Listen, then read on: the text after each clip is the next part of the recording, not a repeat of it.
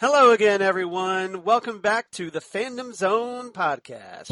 I'm one of your co-hosts, Charles Skaggs, back in the Fandom Zone, ready to talk some more Stargirl from the DC Universe and the CW with my fellow Fandom Zoner and fellow Ninth Doctor geek, Jesse Jackson. How you doing, Jesse? I am great, Charles. I am.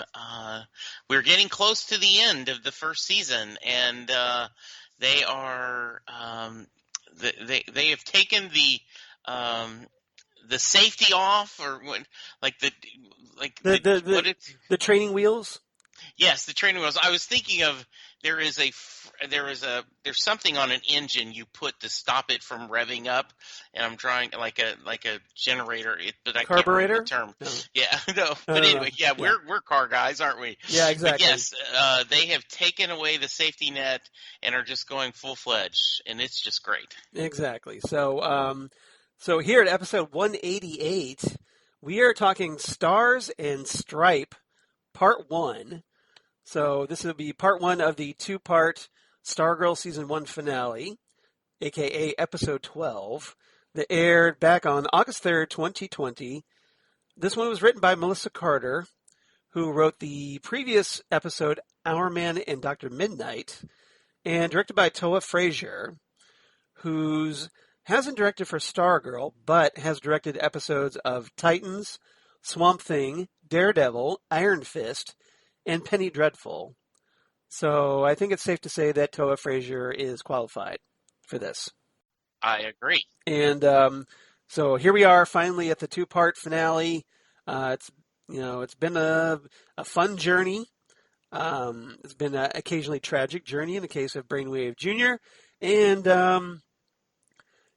I think it's safe to say that we've been waiting for finally everything to come to a head, and here we are. So what's your general thoughts about Part 1 of our finale? It was really good to see. It took a while to get there, and that's probably just me being, impatient. But we've kind of got the band's back together, or in this case, the band has started. Everyone is aware. Mike's aware what's going on now. We have. That's obviously something we're going to talk about. Yeah, Cindy's there. All the JSA Next Generation is away. Everyone is rolling together. Still not quite sure about Justin, but we'll see. And so we've kind of and we get a lot more explanation of what the our villains want to do, and we end with a great cliffhanger. So overall, really, really nice episode. Yeah, there's a lot going on in this episode. We've got 4 topics that we want to cover. I don't really have any trivia because we kind of covered most of the trivia throughout the season. So here at this Part 1, I don't think there's really any need to do that. So let's just dive right in because we have so much to talk about. So let's talk about topic number 1. Let's talk about Courtney, Barbara, and Tigress. As Courtney and Barbara are trying to get the heck out of Dodge, and unfortunately get confronted by the Tigress. And so we get the return of Joy Osmanski as Tigress / Paula Brooks, and a fun little throwdown, and which is Part 1 of our duo, Stars and Stripe, Stargirl and Stripe, having to face off against ISA members. We'll talk about the other one here in our second topic. But for right now, let's focus on Tigress and her battle with Courtney and Barbara finally getting to see her daughter in action for the first time. So, any thoughts about how that was presented? Yeah, I love the idea that Brainwave and Icicle can't be bothered with this mundane attacking someone, so they just send their attack dogs, right? Yeah. And we get... You definitely see there's a hierarchy in the yes. ISA. Yeah. And we get to see a pretty decent fight scene. I was pretty happy with seeing Courtney fighting Tigress, tearing up the house, everyone being involved, Barbara getting to see her daughter. And we end up, that's one of my quotes, with she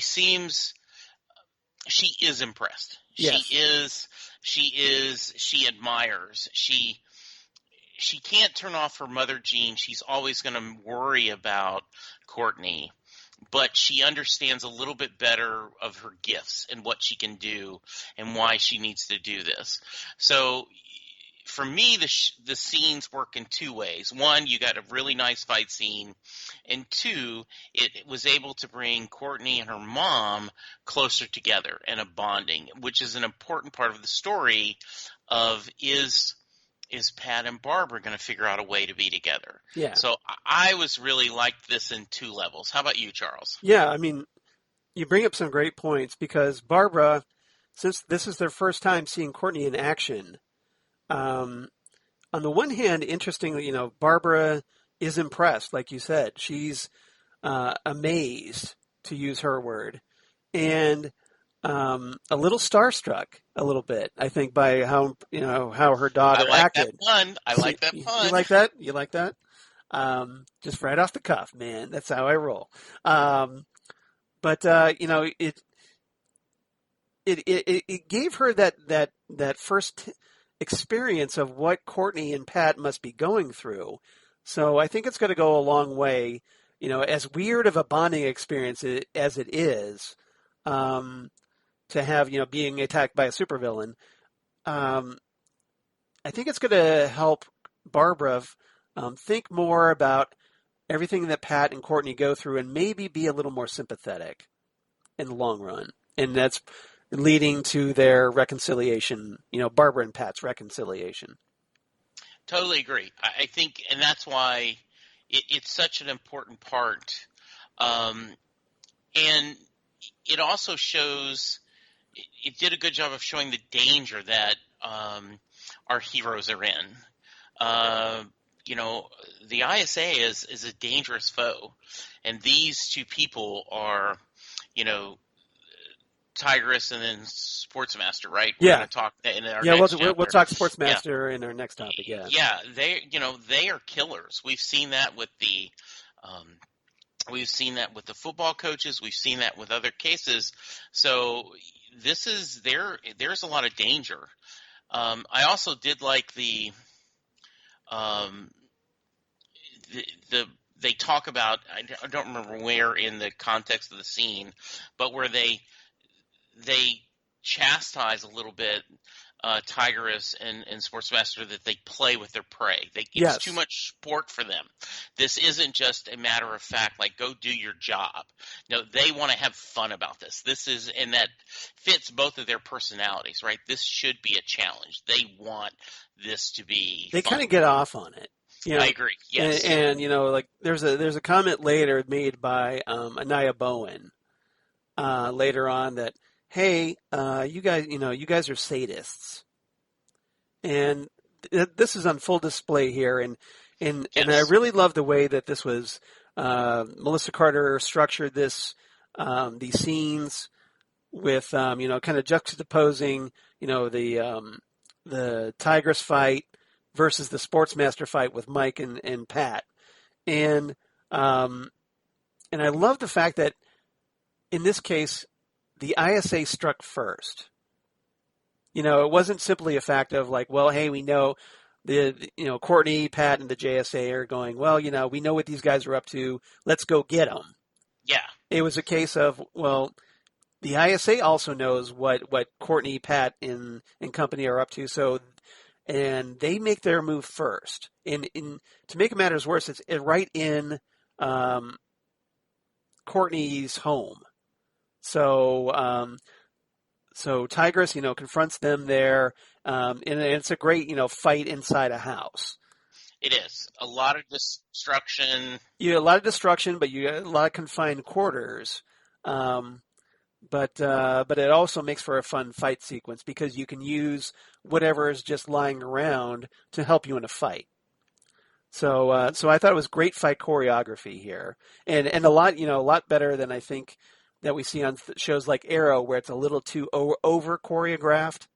Okay. I thought this was these fight sequences were more natural and believable, in my opinion. I also really like how they show how good Courtney has gotten at using her staff. She uses it one time to save her mom. She uses it as defense. She uses it as an offensive tool. She is totally back and forth using that, not just something that shoots blast. I mean, she uses it, she Defensively. Yeah. I like that a lot. Yeah. And we talked about how Courtney has this natural talent that she's showcased. And Barbara gets to see full display of that talent. And Absolutely. And just she uses it so much more effectively, and obviously Courtney is a fast learner, and that's fully displayed here, I think. Yeah, I mean, they just basically throw down and destroy the house, and Barbara even helps out a little bit by taking out Tigress with a vase, if I'm not mistaken. So, or at least so that kind of helps, and I guess it's that they basically leave her there so that they can escape back to this house, this compound house, which we find out later on. But yeah, just I just love the execution of this, and it was a great way for Barbara to kind of experience everything for the first time, I thought. Yeah, it was, and I love the fact in both fights, and we'll talk a little bit more in our next chapter. But both of them, the civilians, helped. Yes, and that was nice to see. It was, and it can it kind of made I think it brings everybody together closer as a family. In a weird way, in a weird superhero way. Barbara and Pat, they talk a little bit about later, where they go to the cabin, and they get a little bit of, Barbara asks, why didn't you say anything about this earlier, before the marriage? And Pat talks about like, well, hey, everybody that I told ended up dead, so understandably, I wasn't eager to share this with you. But she asked her if they're going to be okay, and she replies that she wants to be. Yeah, I like that. I think they're doing it the right way, that they are playing that she shouldn't. She still has concerns. Yeah. And I also think his explanation is, I thought this part of my life was over. Yeah. I was ready just to be a good husband, a good stepfather, a father to Mike, and then just, I was going to be a mechanic, and I was going to It's not my restore fault. classic cars. Yeah, no, I mean, he really just, I was ready to let all that go, and then it ended up, we picked the wrong place to settle. Yeah. And therefore, it kind of got dragged into it. Well, I don't think it was so much the place, because really what all this boils down to is that Courtney found the staff and connected with it. So that could have happened really anywhere they settled.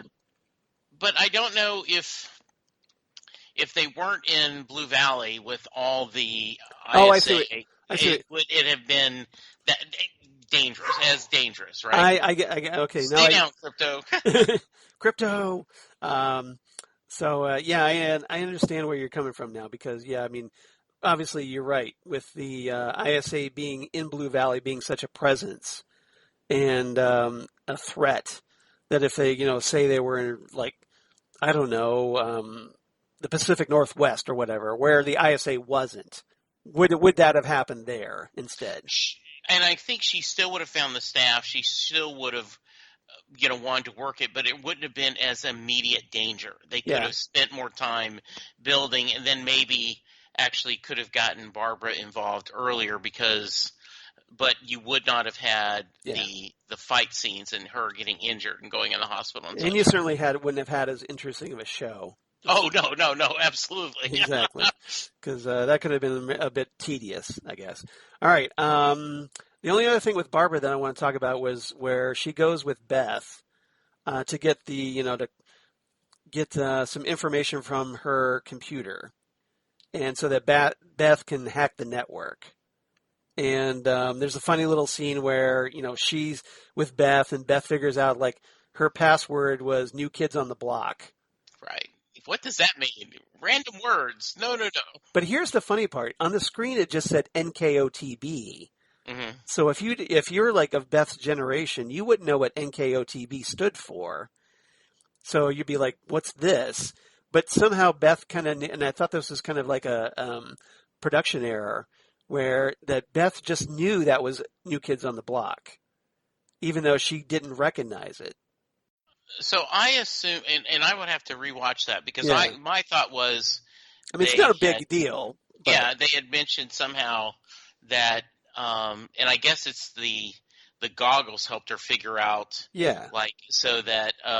Well, Chuck kind of explains like, well, they were a popular, but like a boy band in the 90s. Right. Yeah, like before that to kind of like what the initials stand for.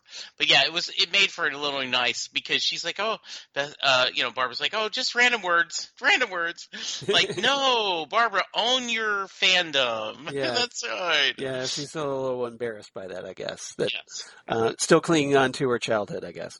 All right. Anything else about these characters? No. All right, I'm ready to move on. Let's move on. Pat, Mike, and Sportsmaster for topic number 2.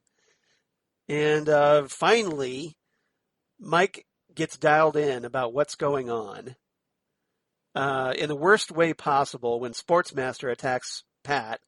And this is a big moment for him. So we've got a lot to talk about here. So do you want to talk about the fight first, or you want to talk about Mike finding out first? So let's start out with, Mike knows what's going on. Yeah. He's obviously disappointed that he wasn't told about before. Why was I out of the loop? He's kind of hurt. And I think they handled that well. They did not I did love, and you retweeted, but I think TV Line or someone interviewed Luke Wilson and mentioned like, hey, is Mike going to end up being evil? Yes. Because, and he said, you could see that, but no, he has a nice moment. So I tweeted that to Charles. Charles retweeted. He's like, hey, look, we talked about this in the last one. Exactly. This is something we've been concerned about because Mike having that resentment about not finding out. And then, he's kind of a dick to his father early on where, like, he shows up at the garage and he's playing with a power drill. Yes. And I'd be like, just put that damn power drill down. Yes. But yes, it comes in handy. Yes, it does. Yeah, that's Chekhov's power drill. Exactly. In the first act, you see a power drill. That's true. Someone needs to be killed with it later in this third Well, act. they don't kill it. Mike doesn't kill, but he does wound. Someone has to be shot. Yes. Yeah. With a surprising lack of blood. Well, because for a power drill, you would think that blood would be everywhere after that. But I saw, Mike, he's being confrontational with Pat. Pat kind of yells at him a little bit, and Mike starts, kind of sulking off. And you think, okay, Mike's ready to go down the road to supervillainhood here. And Then Sportsmaster shows up, and probably in a nice little, like this is probably a very pivotal moment for Mike, where he could have gone down that dark road, but Sportsmaster attacking his father, and Mike leaping to his father's defense with that power drill.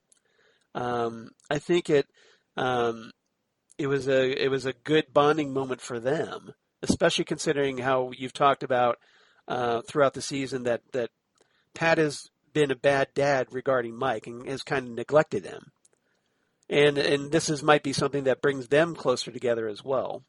So here is Jesse's missed theory of the week. Yes. Remember last week I thought that the Lockets had something to do with the Right. staff. So I just knew as Pat's fighting Sportsmaster that Mike was going to crawl into S.T.R.I.P.E and use that to help his father. Yeah. In my mind, I was like, oh, that would be so cool. Unrealistic, because it's not that easy to use, but and the power drill was better. But in my mind, during the whole fight, I'm like, okay, where's Mike? Is Mike going to go crawl into the big robot? I think that was an understandable, because even my wife Lori, when we were watching this, was like, what is he going to get into the suit now, and help save his father? Okay. But you notice, something you had brought up earlier in the season was that that Pat leaves the stripe armor just lying around. Yes. It's like it's in a back room, but what's to keep people from walking in the back room? And sure enough, Sportsmaster proves this. Yes. Because it's like, hey, you got this really nice, suit of armor here, just lying around. So Pat, not really great at keeping the secret identity, I guess. That's something I think he needs to work on. Yeah. I wanted to ask you one question about this. According to IMDb, that he ended up in the comics, Mike ends up becoming the JSA resident mechanic. According to IMDb, he spent some time on that. Do you remember that? Because they said the scene where he says, "Hey, what if I had found the staff?" Right. And nothing happens, and he says, "Well, my dad built the robot. Maybe I can do something like that in the future." And so they were saying this was not kind of a little nod to people. Since I haven't read the comics, did you catch that? Well, it's not really explored all that much in the comics. It's more like that Mike helps his father because his father's kind of like the JSA's mechanic. Okay, that makes sense. All right. So he's kind of like an apprentice almost to his father in this regard. But here I'll be kind of curious to see what happens. I'm kind of wondering eventually, maybe in season 2, if Mike kind of develops his own armor. Like a kid size that would version, be cool. A version of S.T.R.I.P.E. So I would like that a lot. I actually like the idea of, even though this is so impractical, you almost would rather Mike work S.T.R.I.P.E. than Pat, right? Like, let's totally because make you want it the next generation. That you want the kids working together. Yeah. Yeah. I was really impressed, and they did not make it appear that Pat is this Bruce Lee type action hero fighter, but he holds his own, partly by luck, partly by situations and partly because I think Sportsmaster is toying with him, right? Yeah. Like, he could have killed him just immediately, but he wants to have sport. They set that up. Yeah. I want this to be a game. So I liked how Pat kind of held his own, using different, tire irons and different things around the shop. I thought it was, considering we had 2 different fights going on, right, this had a little different tone and was just as fun as watching Courtney and Tigress, but it was different. And so I applaud the show for doing that, on the same episode, doing kind of 2 different kind of fight scenes. Yeah, this is something that's kind of different from the comics. Is that, in the comics, Stripe-C was essentially the Star Spangled Kid's bodyguard. He was big, muscular, more of a fighter, a bruiser. And with Luke Wilson, he's obviously not as physically built, not as skilled of a fighter. So it's a little bit of a difference. I mean, he can kind of hold his own for a little while, but up against Sportsmaster, he's kind of outmatched. So in the comics, it would be more like a Diggle, like in the Arrow, right? Like, okay, Exactly. Diggle is okay, and so that's interesting. Yeah. Because remember, like Stripesy was one of the 7 soldiers. That's true. So he had to be able to hold his own with the others. That's true. But here, yeah, it's a little different, and that here he's more of the sidekick, like that Pat keeps talking about, as opposed to like more of a partner. And it's a little early to talk, but I'm going to jump ahead a little bit. I really have liked Luke Wilson's performance. I think just the right amount of everyday man, worried about his family, concerned about, like, oh my gosh, what are these kids going to do? I just think he's done really well in this, in a role that you expect a lot from. And I think he's just been really – I love the whole cast, but I just think especially Luke Wilson just has a depth and a kind of weariness to him that really helps. Well, we know that Jeff Johns intentionally wrote the pilot for Luke Wilson, hoping that he would accept being cast for this. So it's no surprise that that continued throughout the series, especially with Johns overseeing the production, and the script seemed really tailored to Luke Wilson's strength as an actor. That kind of understated, regular guy that's relatable. That kind of the guy that like gets along with everybody, and I think Luke Wilson really embraces that. That's because that's kind of pretty much his wheelhouse, and this is definitely another example of that, I think. Let's see what else with Pat. They end up back at the cabin, eventually reuniting with everybody, and Pat. There's a sequence where Pat gets to help Rick finally figure out the code to Rick's father's journal. And they finally figure it out, like a lot of us kind of wondered, well, it's all ties in with that 1966 Mustang, specifically the number 1966. And that apparently is the key to unlock the formula and figure out what to unlock the journal. So what did you make of that moment? Any thoughts? I don't want to be that guy. Okay, Charles. But you are going to be that guy. Like, you're really good at being that guy sometimes. Shouldn't you have tried 1966 really, really earlier? Yes. Right? Oh, what's an important date? Okay, birthdays, everything. What is the one thing my father left me? What is the thing? What did he adore besides me? Oh, what is that car? What is that car I'm trying to rebuild? Yeah, and it's a 4-digit code. Wow. I'm just saying, Charles, right? Yeah, exactly.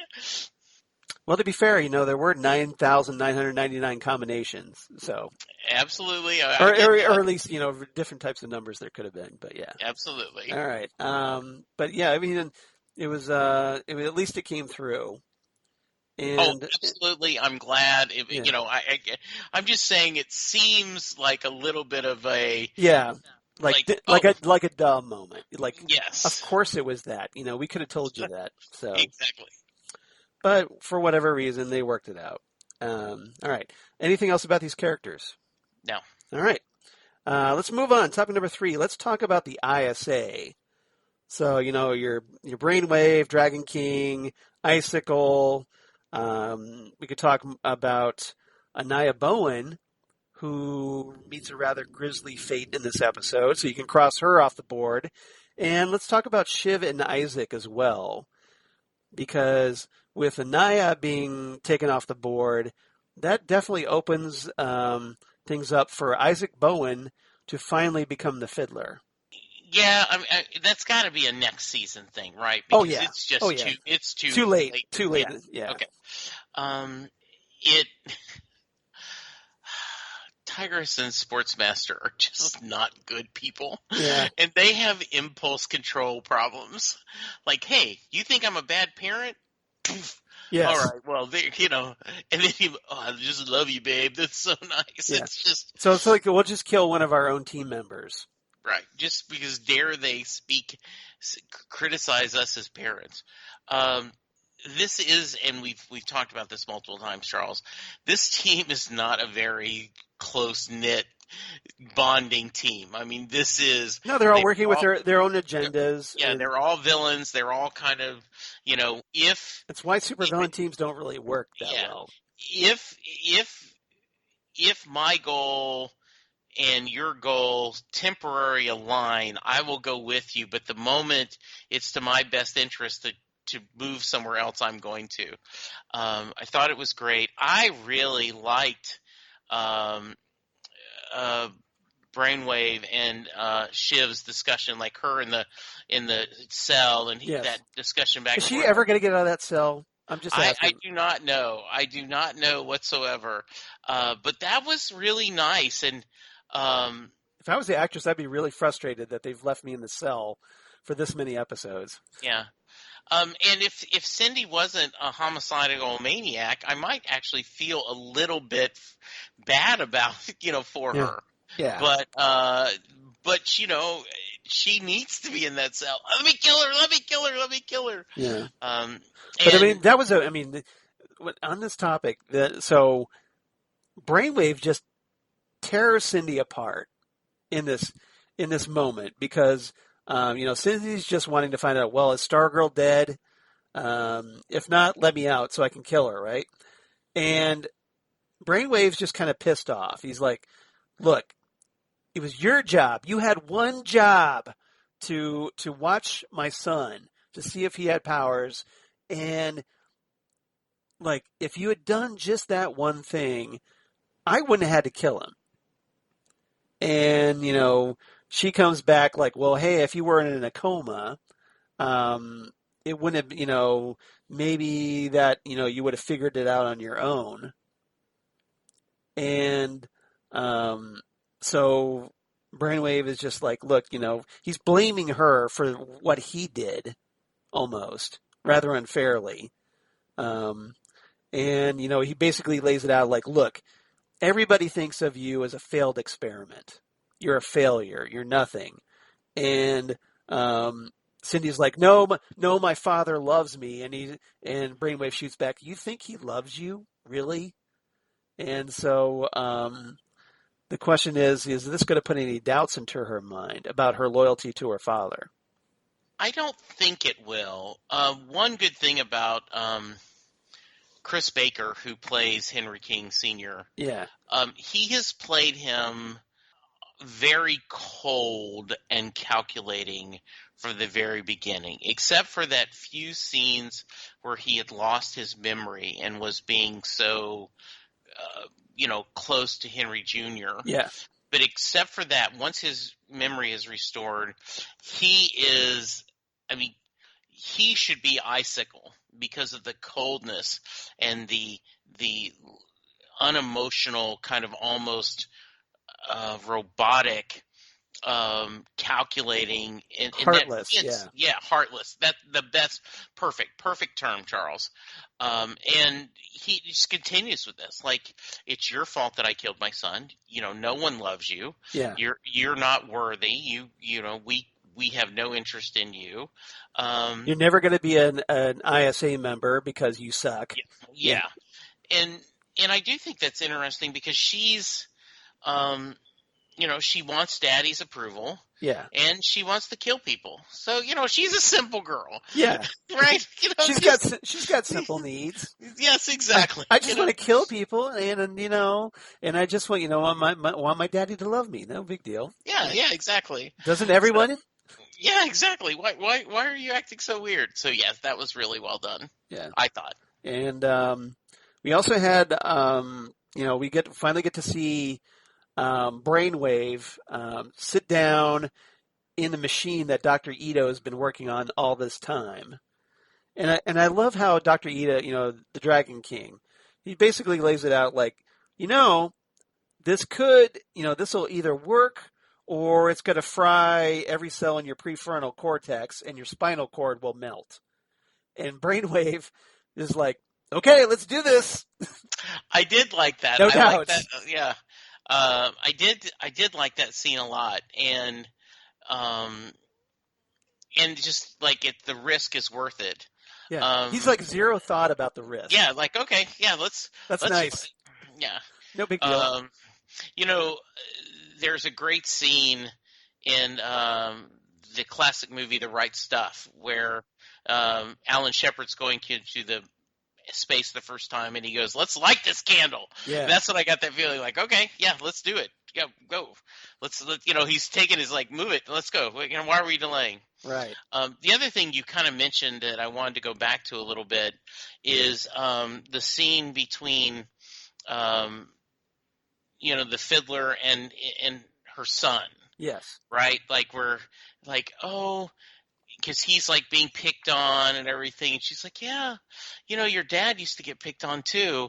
And then he took a bow and shot it through their head. And they didn't pick at him anymore. Jammed it through their ear holes. Yeah, exactly. Yeah. And you're like, wouldn't this shouldn't the kid be a little worried? Like, shouldn't Isaac that bother him a little bit? Apparently not. Yeah, like, okay, yeah, wow, thanks, Mom. That's what I'll do. Well, I thought it was interesting because they have him like looking at his tuba. Yes. That he plays in the band, because presumably he gets picked on because hey, he's in the band, and here obviously he's going to be finding out that his mom is killed, and right after this, these words, these are her last words to him, and it's basically like, well, hey, you could either be picked on or you could be the bully, And the other thing, the implication, I think, is that often the person who plays the tuba is because they have the physical, not necessarily the musical talent, but the physical ability of carrying the tuba. Like, okay, you're big, you're tall, okay, you're going to carry the tuba, versus whether you're gifted musically or not. You have the right physique for this. We need this in a marching band. So that kind of probably makes him feel a little weird too. But I just thought that was a nice little point. I am a little surprised they killed Anya so quickly. Anaya, yes. Yeah, a little bit. I am kind of too, but I think it was. I don't think she was intended to be, the main fiddler in the story. I think it was just more we're setting up that Isaac is going to be the fiddler. So we'll have her around for a few episodes because, hey, she's the principal. And once we don't need her anymore, we'll kill her off, and then Isaac will become the fiddler. Because this is all about generations. Yes. I did like... and this will be something that probably Isaac will hook up with Cindy. Yes. And form their younger generation. They're basically their ISA, the next generation. Yes. Yeah. I also thought that Eric Goins as the gambler had some nice scenes where like he filled in like, oh yeah, this is what we're going to do. Yes, we're going to kill 25 million people. Well, that's because his big moment is he shows up at the end of the episode where we talked about Beth hacking into their network. And it's the gambler is like, surprise, I'm already here. I've been watching what you've been doing. And, so now I'm going to hack you instead. Yeah, I had lured you into this plot, and you fell this for is it. A trap. Yes, I thought that was good. Yeah, and he's it's very interesting the way they're writing the gambler here compared to how he is in the comics. Just making him much more of a technological villain, as opposed to that villain that relies on probability. Yeah, to help him. I like this a lot. Yeah, so it's a little different, but it works for this case. And hey, if nothing else, the ISA needed a computer guy, so he serves that role here. but what's great is the gambler has this kind of like Watchmen moment here Yes. because he tells as far as Beth and the rest of the JSA are concerned, well, we've got 30 minutes until Brainwave starts, and the gambler's like, no, actually he's already started, and it's only 30 minutes until he finishes. So it's kind of like what Ozymandias says to Rorschach and Night Owl. We're saying look, I did what like my big plan. Well, I did it 15 minutes ago.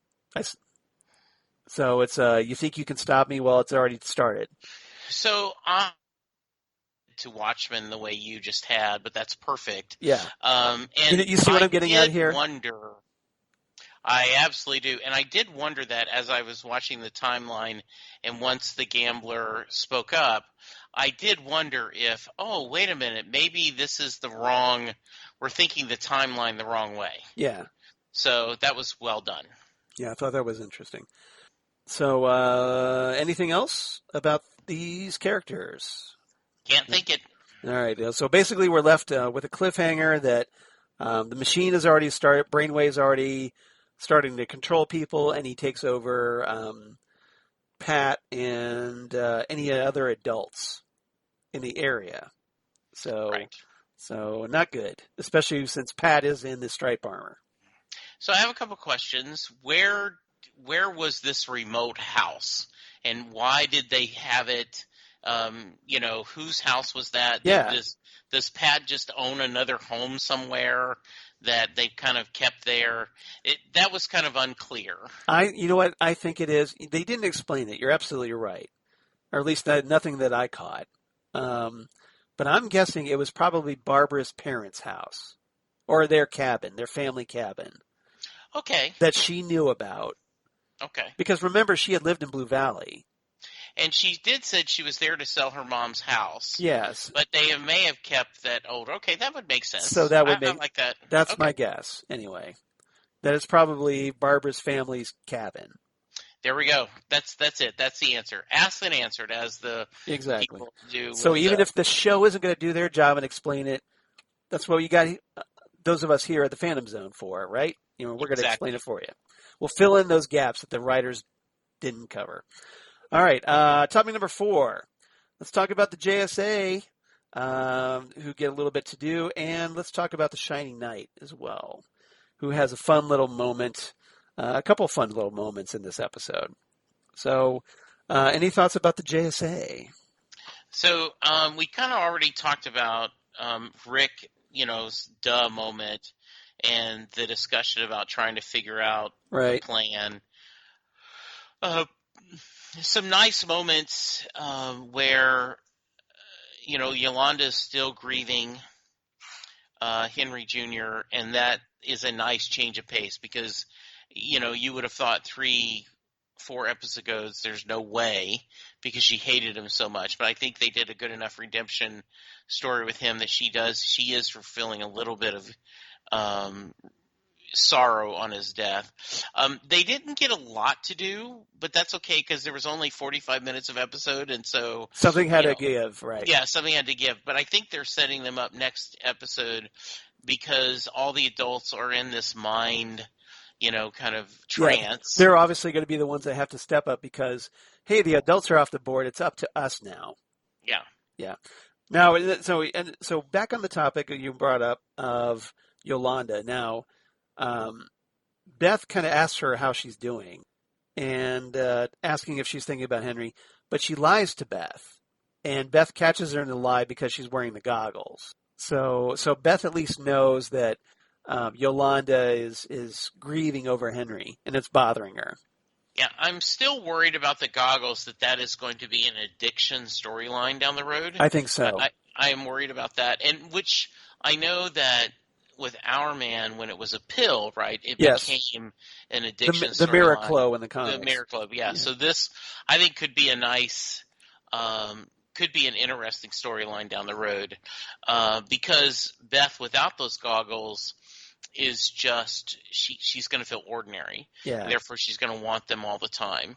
Though, she's about to turn 16, Charles. Yeah. So, right? That was a great line. I actually have that line as well. Okay, Yeah, good. that's a Yes. good one. Now, I love Justin in this a little bit because, for one thing, all right, so everybody rendezvous at the cabin, okay? And the true hero of the day, in my mind, is Justin, who shows up with like 2 big bags of KFC for everybody. He's like, okay, we're going to need to eat. So we had the feast. It's like I have brought the feast. Yes, And that was a funny sign. That was a great line. so it's just like, dude, this is you just earned your keep, young man. So yes, Absolutely. so yeah, so points to Justin for bringing the KFC, which I thought was awesome, and I love the fact like he tries to go to help Rick figure out the journal, and he basically tries to tell Rick, look, you'll figure it out when the time is right, and so basically, Rick asks Justin, well, hey, do you have any ideas about this code? Do you think you have any insight? And he's like, no, I'm going to go clean the bathroom. So Rick is just like, okay, that happened. Yeah, I agree. It was funny to see Justin bring KFC. Yeah. I still am not sure. Again, I think it's going to be something where he's going to show up, maybe because his mind is addled, that maybe he won't be affected, like the other adults. Okay. Hopefully. And he'll be able to be the shining knight and or help or in maybe the battle. or maybe brainwave, altering everybody's minds. Maybe this will bring Justin back to his normal heroic self. That would be great. I would like to see that. So we'll see what happens. I'm just speculating here. I have no knowledge yet, Yeah. but I'm hopeful that's what's going to happen. Yeah, and it's a minor thing, but right now I don't know what purpose he serves. Yeah, exactly. Yes, that's it. I get it, but yeah, I think he's just he's going to be the one that comes in and saves the day at the critical moment. Good. Okay. That's my guess. Anyway, so right. That sounds fair. Yeah, and obviously with Beth's help, they figured out, like, they decode Rick's father's journal, and Beth is kind enough to like present it to everybody in a nice holographic display using the goggles. And I have the quote, of what their fiendish plot. I do have that, what they're planning to do. Yeah. When we get to that part, because it's just unspeakable what they're trying to accomplish. I know, right? Okay, so anything else about this episode that we missed? I think we got everything. Like I said, it was a really action-packed episode. Very well done. I wasn't paying attention to time, so when the cliffhanger came up, I went, "What? Oh, okay." And I love when I get involved in a story about that. Just recently, I was listening to. I'm doing a West Wing rewatch, and so I'm listening to the West Wing podcast, and they talk about if you are aware of the time, and let's say you're watching like a poker tournament on TV. Yes. You're like, okay, well, I know this guy's going to win because there's only 5 minutes left on the show, and it's Right. down to 2 players. Like, okay. And so at this point, I wasn't paying attention to the time and was kind of like, oh, wow. Okay, that was a nice cliffhanger. So I was very pleased with it. I really like this episode a lot, Charles. Yeah, I know my wife Lori we were watching this, like I said, and that just when everything looks bad and Pat is mind controlled and starts throwing a punch at Courtney, they cut to black, and Yes. she's like, "Oh, Yes. you're killing me." So I thought that was pretty funny. All right. Favorite quotes. You said you had some quotes. Go for it. Yeah, I've got a couple. I did love and we kind of talked about this a little, where Barbara says, "I'm going to go with Beth." And Pat says, "Barb, I don't want you going anywhere near this place." And Barbara, "Well, you'd let a 15-year-old go." And Beth, "I'll be 16 in May." Yeah, that was good. I Yeah. thought that was pretty funny. And then the other thing was after the fight, Courtney, sorry about the door. Barbara's Court, that was, Courtney, I know, dangerous. Amazing. So I love seeing that. And then I don't know, do you have what they're trying to do? Because I'll let you read it if you did. About the new Constitution. No, I don't. I don't have Okay, that. so Yeah, go all for right, it. so Beth is going through this and she goes, whatever going to make people believe in, they call it the new Constitution. They want to combat global warming. Oh wait, they want to force people to, and Courtney, they're going to force people to what? Force them to embrace solar and wind power. They're going to eliminate discrimination over race, religion, sexual orientation. Rick says, you're kidding me. And Beth, oh, and universal health care. Courtney, that sounds good. Is that not good? And Rick, hey, Pat, are you sure we're on the right side? And Pat, there's got to be something else.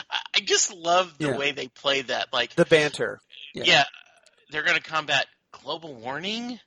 And so that was played perfect. Now, the payoff was that a certain percentage of people in this mind control are going to die, so they're going to kill tons of people to accomplish this. But yes, what do you got for me, sir?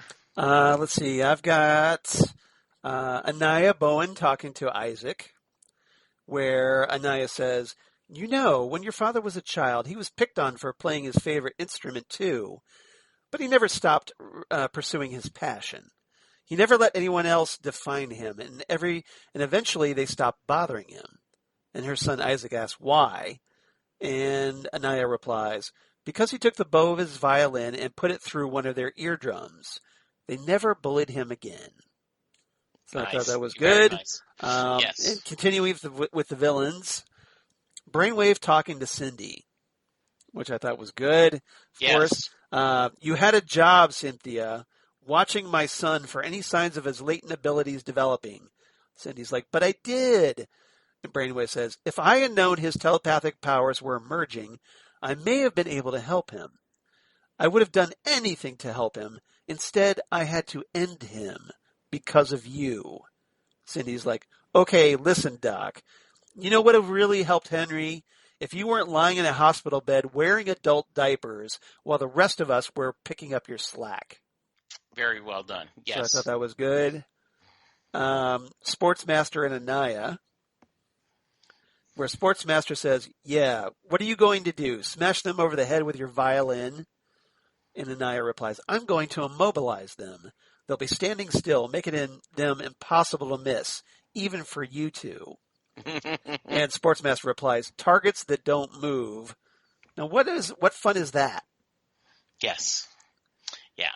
And then, of course, lastly, Mike and Pat, where Mike says, so what's my job? And Pat says, you, Mike Dugan, have the most important job of all. You're going to look after the dog. Okay? And Mike says, is that really all I'm good for, the dog? And Pat says, it's an important job, buddy. Do it with pride. I can't hear you. There you go. Yeah, no, I was thinking, I was a little, I got a little bit of Mike's side on this. Like, right? Like, okay, there's nothing I can do. Yeah. You know? Well, apparently not. Yeah. Usually you get that, okay, you're our last line of defense. If something happens, you're the one that's got to go contact, the Justice League, but I guess there is no Justice League. There's no Justice League on this earth, yeah. Yeah, exactly. So, unless Mike is somehow able to turn his chocolate volcanoes into a weapon, yes, I'm guessing doesn't exactly have a broad skill set. No. Or, but he can go after people with his power drill. Yes. I am the driller. Absolutely. Yes, Father, I shall become a driller. Yeah, exactly. All right. Nice. So what's your rating? So I like this one. I like it a lot. And so I'm going to save – I'm hoping for a little bit more next week. So I'm just going to go with 9 out of 10 New Kid on the Block songs. Nice. So I didn't like this one as much as you, but I really liked it. Yeah. Because it's part one of a finale. So I'm gonna give this one 8.5 buckets of KFC. Nice. So, He's because Justin was the man, brought the KFC. So I yeah, definitely approve. yes, very good, very cool. All right. And hopefully he didn't forget the biscuits. Yes, exactly. All right.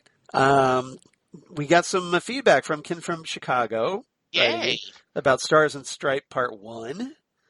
So Ken writes in, "Hey, Charles and Jesse, I hope you are doing well and staying safe." Well, for the moment, anyway. Yes, we are. Thank you. Well, we're up to the penultimate episode of Stargirl for the season, Stars and Stripe Part 1. Here's my finally timely review. His good is Jordan and Henry Sr. Nice to see, even among supervillain teams, they have favorites, bonds stronger than others. Opening at home fight, he liked the nice touch of Sportsmaster bouncing his bat behind him before dropping it for a mano-a-mano fight. Yeah, that was cool, right? When he's kind of bouncing the bat around on the floor. Yeah, it really is. That was a smooth move. Better letting Pat get not one but two free shots in first before giving him pointers. That's just fun. Then Pat gets destroyed. Ouch. Tigress versus Barb was not as impressive. The wire work was a little obvious, but well, he really fixates on that wire work, doesn't he? He does. That is something. But it was a little obvious, but nice to see Courtney and the staff come to the rescue. Nice paralleling the guys versus the gals fight. Right down to the kids having to rescue their respective parents before they return the favor. Nothing like a nice, like a little home violence to bring everyone together. I just realized the Fiddler's last name is Bowen. Get it? Bowen? Yep, exactly. Yes, that is nice. That's the comic. That's something the comics invented. So, nice to see she kept her kid in the dark, just as Sportsmaster and Tigress did.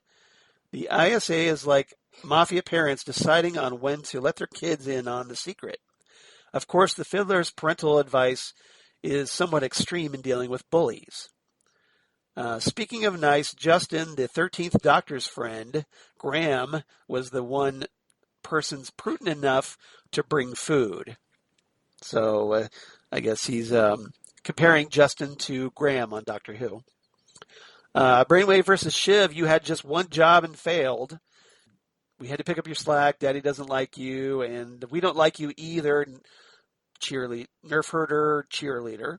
Nice how the show foreshadowed Sportsmaster and Tigress's lethal impulsiveness with the football coach. Poor Justin, he has such a good heart, and even despite limited mental abilities, I like how they show he's still a functioning adult. Too often, mental disability is shown as going way too far. It's one thing for Gotham, which was going for camp, but often mentally challenged people are far from helpless or dangerous. That's a good point. Nice. That's a very good point. Clearly, the password should have been Backstreet Boys. Nice. And the tunnel signal is clear, too clear, clearly. It's a trap. 30 minutes to stop the broadcast. The ISA aren't some Republic serial villains. They already began broadcasting. So he caught the Watchmen reference as well. Yes, he did. I like that. Yeah, the 30-minute timer is when they finish. The bad, he didn't like Pat and Mike. That opening conversation was bad. Worse, Pat apologized to Mike. Excuse me, who is the adult here? Well, to be fair, Pat kind of treated his son like crap, so he probably should have, in my opinion. Exactly.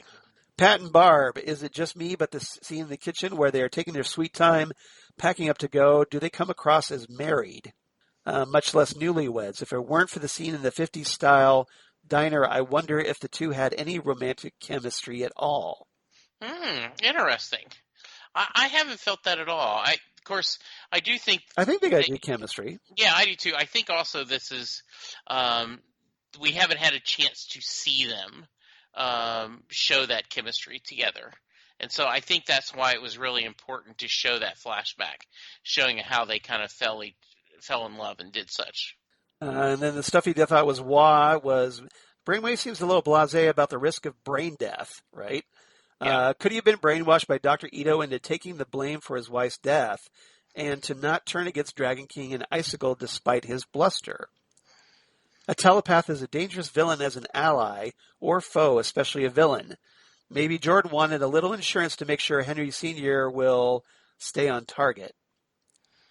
So, are they setting up the tubaist to maybe join Shiv, Icicle Jr., and Artemis to form ISA 2.0 for Season 2? Well, I certainly think so. I voiced that earlier. Let's see what else. Well, good news. This penultimate episode of Stargirl was a big step up from the anti-penultimate and pre-anti-penultimate episode. I'm rating this 9 out of 10 supervillain monologues. There were a lot this episode. It lost a point for bad parenting by Pat and meh romantic chemistry between Pat and Barbara. Even if she's still angry at him for lying to her, she should be more passionate about it. Ken from Chicago. Yeah, thank you, Ken. That was great feedback. I appreciate it. Good thoughts. Thanks, Ken. Appreciate you writing in, especially all season. Yeah, absolutely. We do. We really do. So if you want to be like Ken, because hey, we got the big finale next week, so want you to write in about your thoughts. So write to us at phantomzonecast@gmail.com. That's phantomzonecast@gmail.com. Or you can reach us on Twitter at phantomzonecast on Twitter, Facebook, the Phantom Zone Podcast, or Instagram at Phantom Zone Podcast. Would love to hear from you. And Jesse, how about you? Where can they reach you? You can find me on Twitter at Jesse Jackson DFW. Jesse Jackson on Instagram and Facebook. You can hear me talk Doctor Who with a very charming and interesting co-host. Is he bigger than me? Is he bigger than me? Yay! Charles and I do talk every week about Doctor Who, and we will be discussing this upcoming week some blow the lids off. I didn't think we'd ever hear it. Whovian news, so please check that out. We're not going to talk about it here because this is not the forum for that. Yeah, that's exactly. So you have to go and check us out on Next Up Everywhere for that. Absolutely. You can hear me talk to fans of Bruce Springsteen's music and other musicians on Set Listing Bruce. Coming up in September will be the 5th anniversary of the show, and we've got a lot of special things, including another visit from my charming co-host joining me on Set Listing Bruce that I'm very excited about. Charles, how about you? Well, as for me, of course, at Charles Skaggs on Twitter, at Charles Skaggs on Instagram, Facebook, of course, Charles Skaggs in Hilliard, Ohio, and my blog, Geeky Things. Damn good coffee. And hot. Damn good coffee and hot, where I talk about all the stuff we talk about here on the Phantom Zone, including comic book TV news, Stargirl, Watchmen, all kinds of comic book sci-fi news, news of my other podcasts they do for Southgate Media Group, including the aforementioned Next Stop Everywhere, the Doctor Who podcast, where we're getting ever closer to our big 200th episode. We got some plans for that, so stay tuned. And secret plans. And Titan Talk, the Titans podcast, where DJ Nick and I are finishing up Doom Patrol Season 2. Fingers crossed for Season 3. And having a ball with that, with some great feedback as we go along from Holly Mack, friend of the show. And goes with the Twin Peaks podcast they do with Zan Sprouse, wife of comic book artist Chris Sprouse, where we talk about all things Twin Peaks, David Lynch.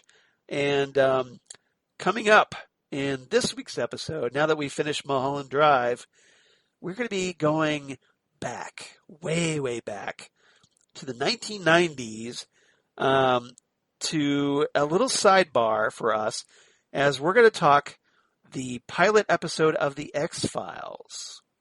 So, which of course starred David Duchovny, and who was one of the great characters on Twin Peaks. Great actors that played characters on Twin Peaks. And what we're going to be doing for this week and then the next 5 episodes after that is we're going to be talking X-Files episodes that featured Twin Peaks actors, including very nice. Including Duchovny. So that gives us the chance to talk about some great X-Files episodes from back in the day. And I think it's going to be a lot of fun. So I hope everybody checks that out.